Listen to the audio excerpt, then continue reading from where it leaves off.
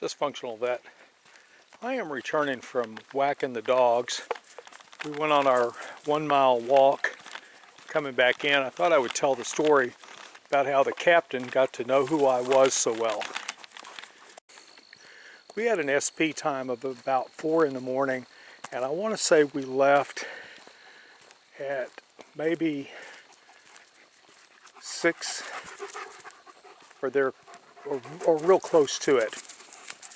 And we took off, and about 11:45 in the morning, we got past all the dangerous areas, and the captain stopped and he wanted to test out the satellite system now that we were far enough out that radio communications, and that's through the Singars, was actually not really available. So he had the communications people get out the Spitfire, which is similar to a tropospheric scatter, but it's a satellite uplink, downlink, and he had them set it up, and they're sitting there, giving their call signs, and nobody's responding. And this goes on for about 10 minutes. I'm watching, and I actually have a pretty good background in communications from the Navy, so I walk over, knowing that if they're not getting a response, something is messed up. I wasn't born yesterday. So I go over, and the captain's standing there because he's waiting to make sure everything's working right. And so anyway, I said, can you tell me how this works? He says, yeah, it's real simple. We point this south, we turn it on, and then we talk. I said, well, I've been watching, and you aren't doing much talking. I said, hold on a second. So I grabbed out my compass, which was on my TA-50, and I said, south is that direction, not over there. Then I looked at the captain. I said, Captain, where's your compass? More to the point, where is the compass on either of those two soldiers that are your communications guys? Your comm people should have a compass. They should know which way is south when there's no landmarks and they're not real sure. And then I said, it's real hard to lead by example when you're not a real good example to follow. Score 1 for the NCO. Not a good thing. Fast forward about 4 days. We're out there setting up the base, and I mentioned at what's called a BUB, Battle Update Brief. I mentioned that I was going to dig up a monitor lizard and get the ectoparasites. I'd already talked to the medical guy, the doc, let him know what I was doing and my safety protocols and so forth.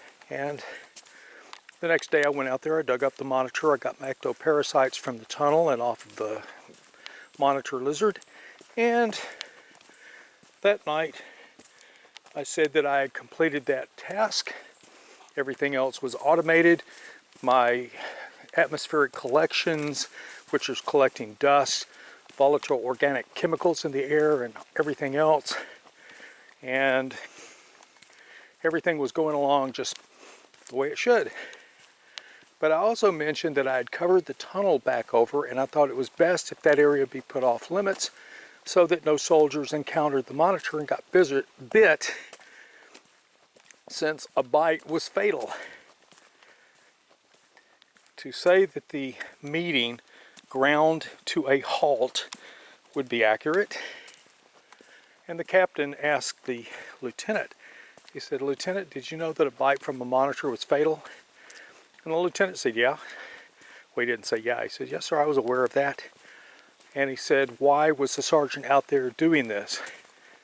And he said, well, that's his job. He's out there to collect stuff, and the best way to do it is to collect from rodents and reptiles and stuff like that that dig in the ground.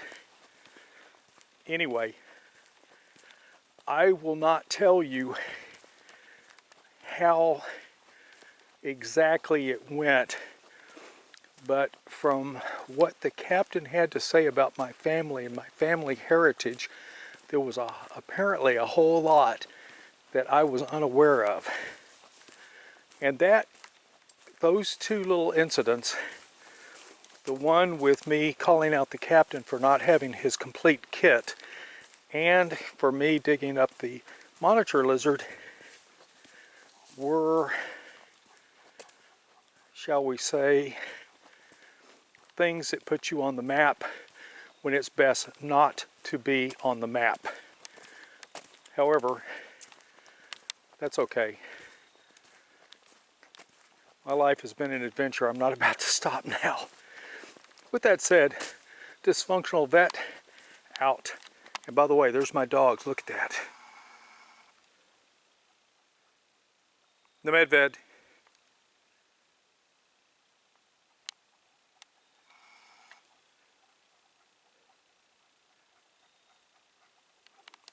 I'm gonna have to set the camera down because he's gonna jump on me.